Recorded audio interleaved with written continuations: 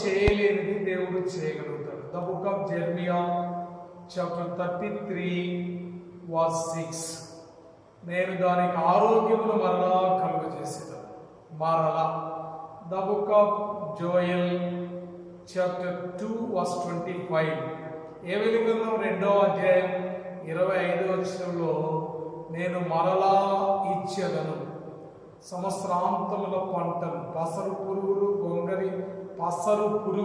గొంగలి పురుగులు, చీడ పురుగులు, మిడతలు తినివేసిన పంటను నేను మరలా ఇచ్చేదను అనేది ఎంత ప్రాముఖ్యమైనదో my dear brother and sister. ఎందుకంటే ప్రభువైన యేసుక్రీస్తు ప్రభు వారికి అసాధ్యమైనది ఏది కూడా లేదు అని చెప్పవచ్చు.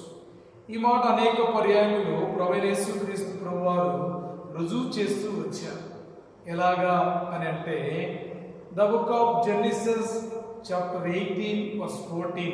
అబ్రహాం శారా జీవితంలో దేవుడిని యెహోవాకు అసాధ్యమైనది ఏదైనా ఉన్నదా అని మరి వారి జీవితంలో ఆ మాటను రుజువు చేస్తూ వచ్చారు. మారాలా.